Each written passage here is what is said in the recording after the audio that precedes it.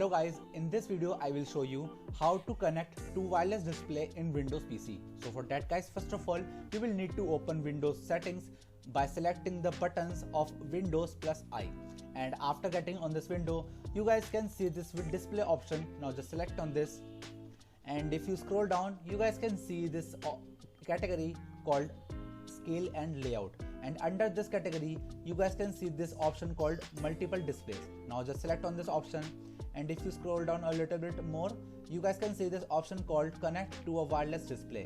And if you want to connect to a wireless display, then just select this connect button right here, and it will search all the available displays that are near you, and after that you guys can select just that particular display that you want to connect, and that's how you guys can do it.